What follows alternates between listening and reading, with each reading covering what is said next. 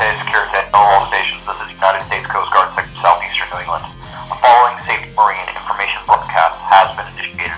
West Passage, Narragansett Bay.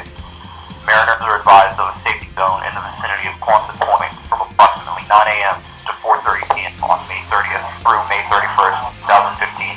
Due to the annual Rhode Island Air National Guard Air Show, many air demonstrations are scheduled throughout this time period with the safety zone in effect. The safety zone will be marked with white buoys and several Coast Guard vessels.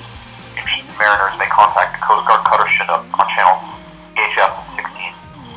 This is United States Coast Guard, Sector Southeastern New England, out. Each flash as time began to burn,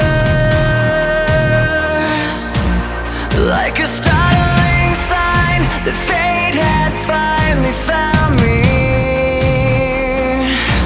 and your voice was all I heard.